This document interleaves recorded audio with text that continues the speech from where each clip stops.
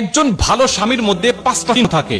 আপনার স্বামীর মধ্যে যদি 5টা চিহ্ন থাকে তাহলে বুঝে নিয়েন সে নেককার, সে ঈমানদার এবং সে আপনার জন্য যোগ্য একজন স্বামী। দেখেন তো আপনার স্বামীর মধ্যে কয়টা আছে? 5টার মধ্যে 2টা, 3টা, না একটা, না কয়টা, নাকি একটাও নাই?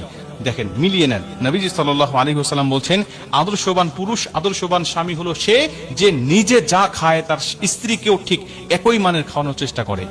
আপনি যা খাবেন, আপনি স্বামী হিসাবে যা খাবেন আপনার স্ত্রীকে সেই মানের খাওয়ানোর চেষ্টা করবেন। আপনি বাহিরে থাকেন, বাহিরে ভালো ভালো খান, কিন্তু ঘরে বাজার করে দেওয়ার মতো খোঁজ খবর আপনি রাখেন না। এরকম যদি হয় তাহলে আপনি আদর্শ স্বামীর কাতারে পড়েন না। আপনি স্ত্রীর কাছেও অযোগ্য স্বামী, আল্লাহর কাছেও আপনি অযোগ্য বান্দা। অতএব নিজে যা খাবেন সেই মানের খাওয়ানোর চেষ্টা করবেন। 2 নম্বরে, নিজে যে মানের পরবেন পোশাক, ওই মানের পোশাক আপনার স্ত্রীকে পরানোর চেষ্টা করবেন। অনেকে আছে মাসে মাসে শপিং করে, মাসে মাসে নিজের ড্রেসগুলো কেনে, কিন্তু স্ত্রীকে 2 ঈদে, বছরে 2 বারও দেওয়ার জন্য সে প্রস্তুত নয়, বলে বাবার বাড়ি থেকে নিয়ে আসো। এমন যদি হয় তাহলে আপনি যোগ্য স্বামী নয়, আপনি আদর্শবান স্বামী নয়। আপনি যে মানের বা যে দামের পোশাকগুলো আপনি পরিধান করছেন এর সাথে সামঞ্জস্য রেখে আপনার স্ত্রীকেও দেওয়ার জন্য চেষ্টা করবেন, তাহলেই আপনি আদর্শবান পুরুষ হবেন। 2 নম্বর। 3 নম্বরে, যেই পুরুষ তার স্ত্রী অপরাধ করার পরেও, ভুল করার পরেও তাকে কোনো আঘাত করে না, তার শরীরে মার দেয় না, এমন যদি কোনো পুরুষ থাকে যে মার না দিয়ে, আঘাত না দিয়ে তাকে বোঝানোর চেষ্টা করে, তাকে শুধরানোর চেষ্টা করে, ওই পুরুষটাও আদর্শবান পুরুষ। 4 নম্বরে, যেই পুরুষ তার স্ত্রীকে কটু কথা বলে না, কটু কথার মাধ্যমে কষ্ট দেয় না, যেই স্ত্রী কটু কথা যেই স্বামী কটু কথা বলে স্ত্রীকে কষ্ট দেয়, দেখবেন ওই পুরুষ কখনো সুখময় শান্তিময় জীবন পায় না। কেন পায় না? কারণ ও যখন কটু কথা বলে এবং ওই স্ত্রীর মা বাবা তুলেও গালিগালাজ করে, তখন দেখবেন যে ওই স্ত্রী আর সহ্য করতে পারে না, তখন নিজেও তার স্বামীকে কটু কথা বলার চেষ্টা করে। আর এইভাবে যখন চলতে থাকে, সংসারের মধ্যে অশান্তির দাবানল দাউ দাউ করে চলতে থাকে এবং এক পর্যায়ে ডিভোর্সের পর্যায়ে চলে যায়। দুনিয়া আখিরাত দুটাই যেন একসাথে সে হারিয়ে ফেলে। প্রিয় ভাই, এজন্য কখনো স্ত্রীকে কটু কথা বলে কষ্ট দিবেন না। সবসময় চেষ্টা করবেন তাকে কিভাবে বোঝানো যায়।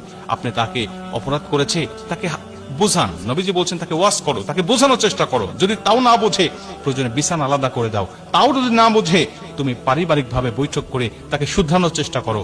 তারপরেও যদি না হয়, তুমি মারবে না, প্রয়োজনে তাকে তুমি তালাক দিয়ে দাও। এবং 5 নম্বরে, যেই পুরুষ তার স্ত্রীকে সফরের দূরত্বের বাহিরে একা একা বের হতে দেয় না, আপনি আপনার স্ত্রীকে কখনো বাহিরে একা যেতে দিবেন না।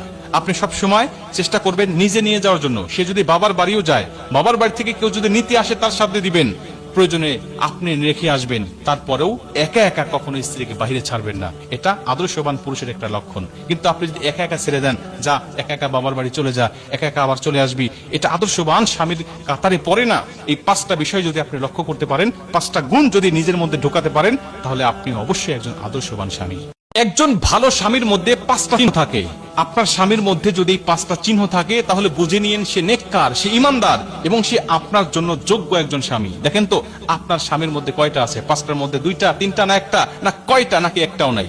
দেখেন, মিলিয়ে নেন। নবীজি সাল্লাল্লাহু আলাইহি ওয়াসাল্লাম বলছেন, আদর্শবান পুরুষ, আদর্শবান স্বামী হলো সে যে নিজে যা খায় তার স্ত্রীকেও ঠিক একই মানের খাওয়ানোর চেষ্টা করে।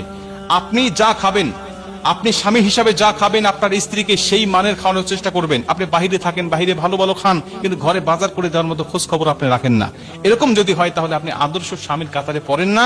আপনি স্ত্রীর কাছেও অযোগ্য স্বামী, আল্লাহর কাছেও আপনি অযোগ্য বান্দা। অতএব নিজে যা খাবেন সেই মানের খাওয়ানোর চেষ্টা করবেন। 2 নম্বরে, নিজে যে মানের পরবেন পোশাক, ওই মানের পোশাক আপনার স্ত্রীকে পরানোর চেষ্টা করবেন। অনেকে আছে মাসে মাসে শপিং করে, মাসে